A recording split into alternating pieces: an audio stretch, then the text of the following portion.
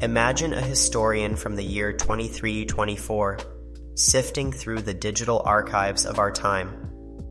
As they analyze centuries of human conflict, they encounter a pattern so striking it defies conventional wisdom. In an era marked by nuclear arsenals, cyber warfare, and economic competition, one peculiar fact stands out. Nations with democratic governments, despite their differences, almost never went to war with each other. The historian pulls up holographic data spanning from 1816 to 2025. The visualization shows thousands of conflicts flickering across time and space: border skirmishes, proxy wars, economic sanctions, and full-scale invasions. But when they filter for wars between democratic nations, the display goes nearly dark.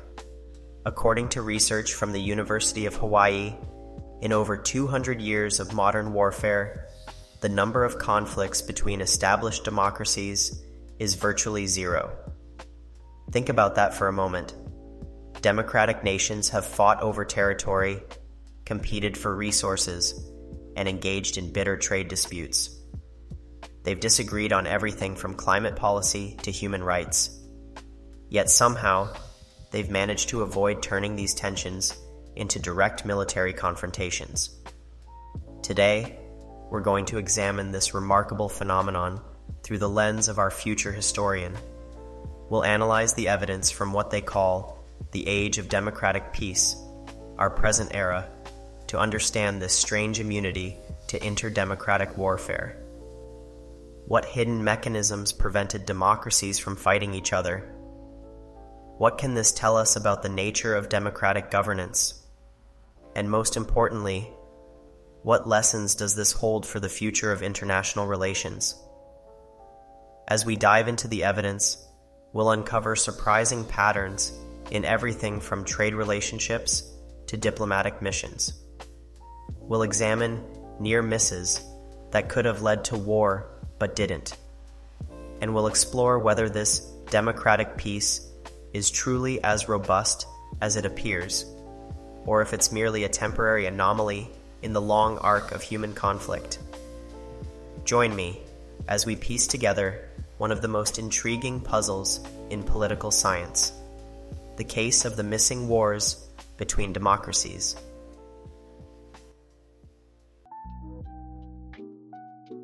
Let's travel back to understand how this peculiar peace emerged. Our future historian might be fascinated to discover that democracy's earliest experiments weren't necessarily peaceful. Ancient Athens, often celebrated as democracy's birthplace, frequently went to war with other Greek city-states, democratic or not. The Roman Republic, despite its representative elements, engaged in near-constant expansion and conflict. But something fascinating happened with the birth of modern democracy. As our historian examines the evidence, they'd likely focus on one remarkable case study: the transformation of relations between the United States and Great Britain. Here was a relationship that began with a Revolutionary War, erupted again in the War of 1812, and yet evolved into what many consider history's strongest international alliance. This transformation wasn't immediate.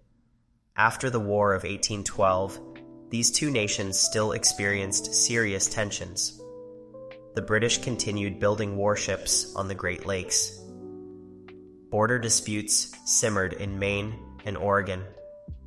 During the American Civil War, Britain's support for Confederate shipbuilding pushed these democracies to the brink of conflict. Yet something prevented these tensions from erupting into war. As both nations deepened their democratic institutions, they increasingly found ways to resolve disputes through negotiation rather than violence. The Alabama Claims Dispute of 1871, where Britain paid compensation for the Confederate ships it had allowed to be built, marked a turning point. The pattern became even more evident as democracy spread through the 19th century. France's transition to stable democracy transformed its relations with Britain from centuries of warfare to lasting peace. The growth of democratic institutions in smaller European states created zones where war became almost unthinkable. But our historian would note something crucial. This wasn't just about having elections. The democratic nations that maintained peace with each other shared specific characteristics. They had robust institutions that constrained executive power. They fostered free press and open debate. Consider this striking statistic from the University of Hawaii.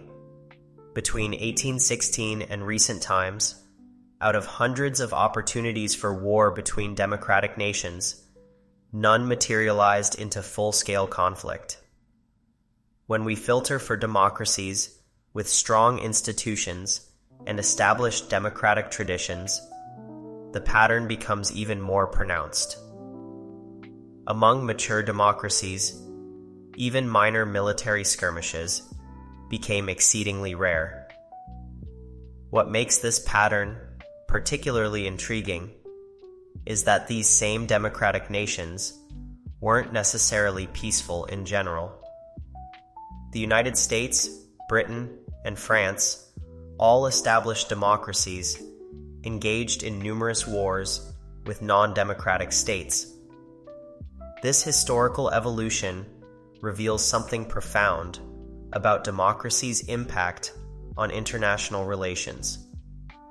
It suggests that democratic institutions don't just change how nations govern themselves, they fundamentally alter how nations interact with each other. The question is, why?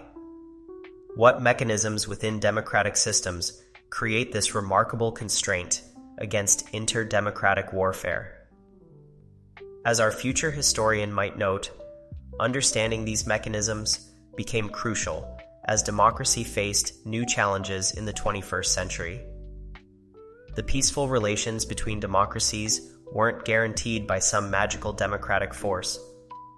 They were maintained by specific institutional arrangements and cultural norms that had evolved over centuries.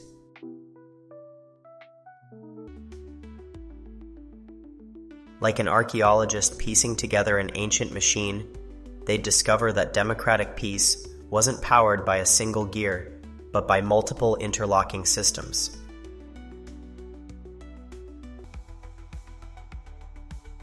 In democratic systems, leaders who consider military action face a unique constraint. They must convince their citizens that war is worth the cost in blood and treasure. Research shows this creates what political scientists call the audience cost, the political price leaders pay for aggressive foreign policy. According to a study from the Journal of Strategic Security, democracies win 81% of their wars, but their citizens still overwhelmingly prefer peaceful resolution of conflicts. Democratic nations develop what we might call a common operating system for handling disputes. They respect similar legal frameworks, value transparency, and share expectations about legitimate behavior. Our historian would note that democracies tend to trade with each other at significantly higher rates, about 15% more on average, than with non-democracies. This creates what some scholars call commercial peace.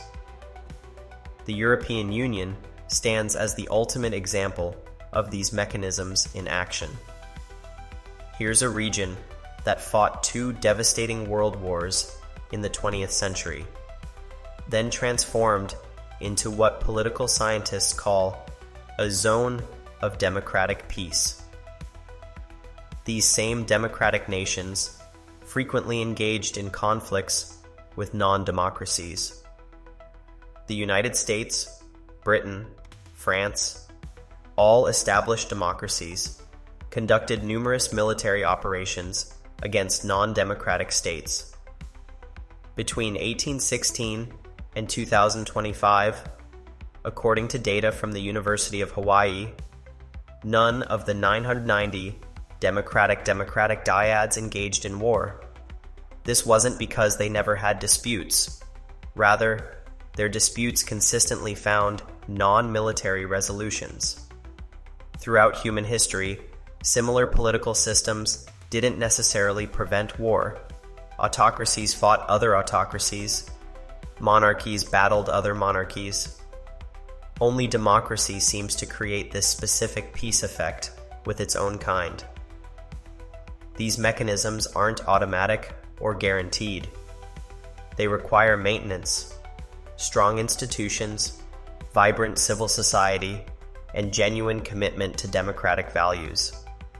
When these foundations erode, as we've seen in cases of democratic backsliding, the peace-promoting mechanisms can begin to falter.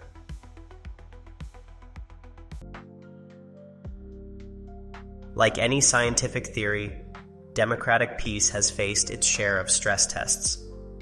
Our future historian, analyzing these critical moments, would identify several periods where this peculiar peace between democracies came dangerously close to breaking. The 1996 Taiwan Strait crisis stands as perhaps the closest near miss in recent history. When China conducted missile tests near Taiwan, the United States deployed 2 aircraft carrier battle groups to the region. Here were 2 nuclear powers, both claiming democratic values, on the brink of military confrontation. Yet even in this moment of extreme tension, the established mechanisms of democratic peace, diplomatic channels, economic interdependence, and public accountability helped pull both nations back from the brink. The Cold War era provided another crucial test of democratic solidarity.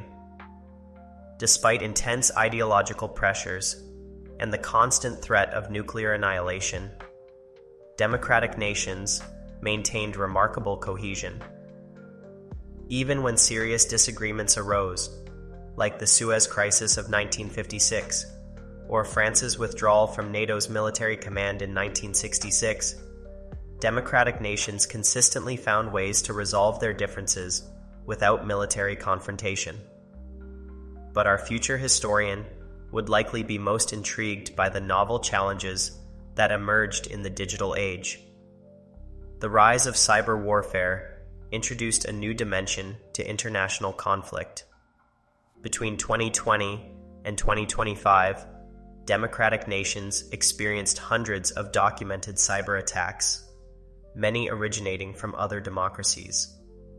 This raised a profound question. Does a cyber attack constitute an act of war? The democratic peace theory faced its first test in virtual space. Information warfare presented another challenge. The manipulation of social media, election interference, and targeted disinformation campaigns created new forms of conflict between democracies. According to cybersecurity reports, even allied democratic nations engaged in sophisticated information operations against each other. These actions didn't involve traditional military force, but they certainly strained the foundations of democratic peace. Perhaps most concerning to our future historian would be the phenomenon of democratic backsliding. Between 2015 and 2025, a significant portion of democratic nations experienced erosion in their democratic institutions. As countries moved along what political scientists call the democracy-autocracy spectrum, the mechanisms that maintained peace between democracies began to show signs of stress. Consider the case of Hungary under Viktor Orban. As democratic institutions weakened and press freedom declined, Hungary's relationships with other EU democracies became increasingly confrontational. While military conflict never materialized, this case demonstrated how democratic backsliding could potentially unravel the peace-maintaining mechanisms that had developed over centuries. These stress tests reveal something crucial about democratic peace. It's not an immutable law, but a delicate achievement that requires constant maintenance. The traditional mechanisms that prevented war between democracies, public accountability, shared values, and economic interdependence, face new challenges in an era of cyber warfare, information manipulation, and democratic erosion. But here's what's remarkable. Despite these unprecedented challenges, the core pattern has held. Democratic nations continue to find non-military solutions to their disputes, even as the nature of conflict itself evolves. This suggests that democratic peace isn't just about the absence of traditional warfare. It's about a fundamental way that democracies approach conflict resolution. Our future historian might note that this resilience itself is worth studying. Understanding how democratic peace survived these stress tests could provide crucial insights for maintaining peace in an increasingly complex world. As we'll explore in our next section, these lessons become particularly relevant as we face new challenges to democratic governance in the modern era.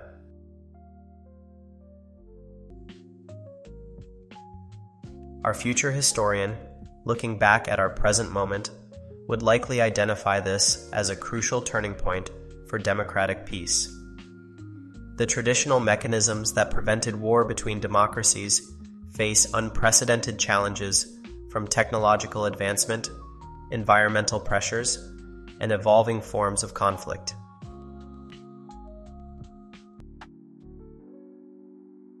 As AI systems become increasingly central to military decision-making, democratic nations face a new dilemma. When algorithms rather than humans make tactical decisions, how do the traditional restraints of democratic peace apply? The development of autonomous weapon systems and AI-driven military strategy could potentially bypass the careful deliberation and public accountability that historically prevented democracies from rushing into war.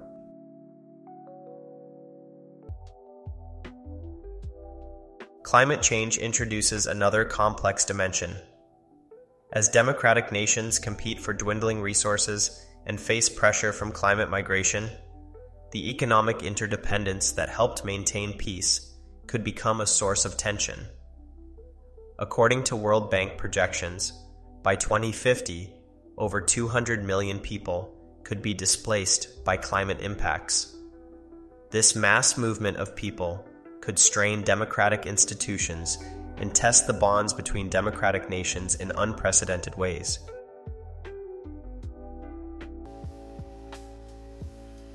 As economic and military power becomes more distributed, democratic nations increasingly find themselves competing not just with autocracies, but with alternative forms of governance.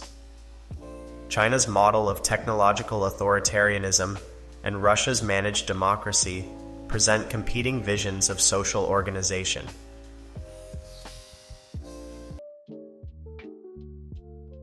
Democratic systems are already evolving to address these challenges. For instance, the European Union's approach to AI regulation demonstrates how democracies can collectively govern new technologies while maintaining their commitment to transparency and public accountability. The development of new international frameworks for managing climate migration shows similar adaptation. Democratic nations are creating novel institutional mechanisms for sharing resources and responsibilities. These emerging structures suggest that democratic peace isn't static. It's a dynamic system capable of evolving to meet new challenges.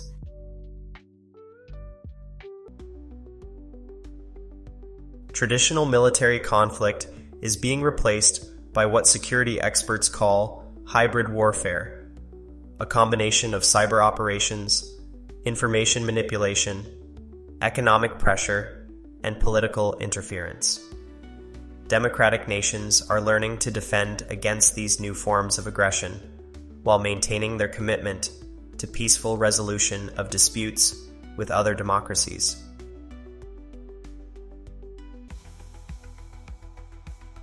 From participatory budgeting to citizen assemblies on climate change, democracies are experimenting with ways to enhance public engagement and accountability in an increasingly complex world. Looking ahead, the pattern of peace between democracies might not just survive, but evolve into something more robust. The very challenges that threaten democratic peace could drive innovations that strengthen democratic institutions and create new mechanisms for preventing conflict.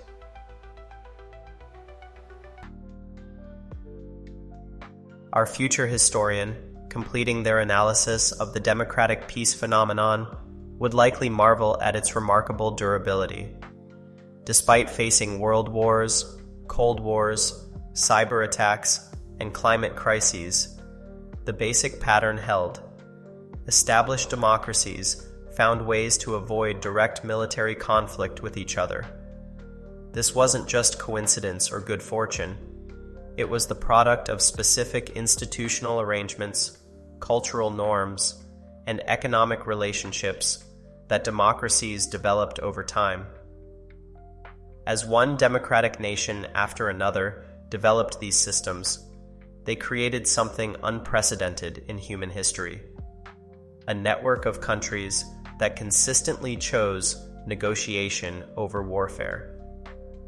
But our future historian would likely end their analysis with both hope and concern. Hope, because the democratic peace proved remarkably resilient, even in the face of unprecedented challenges. Concern, because maintaining this peace requires constant vigilance and adaptation to new forms of conflict.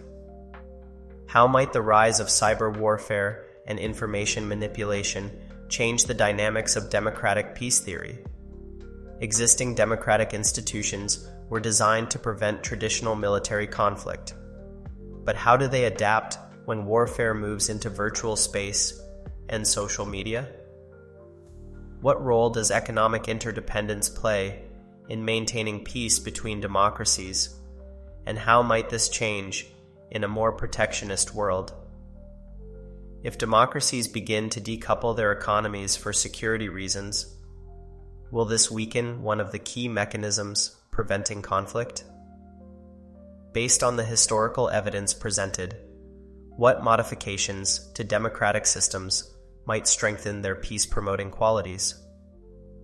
Are there specific institutional innovations that could help democracies better handle emerging challenges while maintaining their commitment to peaceful conflict resolution? If you were a future historian, what current trends would you identify as the biggest threats to democratic peace? Which developments in technology, climate change, or global politics pose the greatest risk to this remarkable pattern of peace between democracies? Consider these questions carefully. After all, we're not just passive observers of history. We're active participants in shaping whether this democratic peace continues into the future.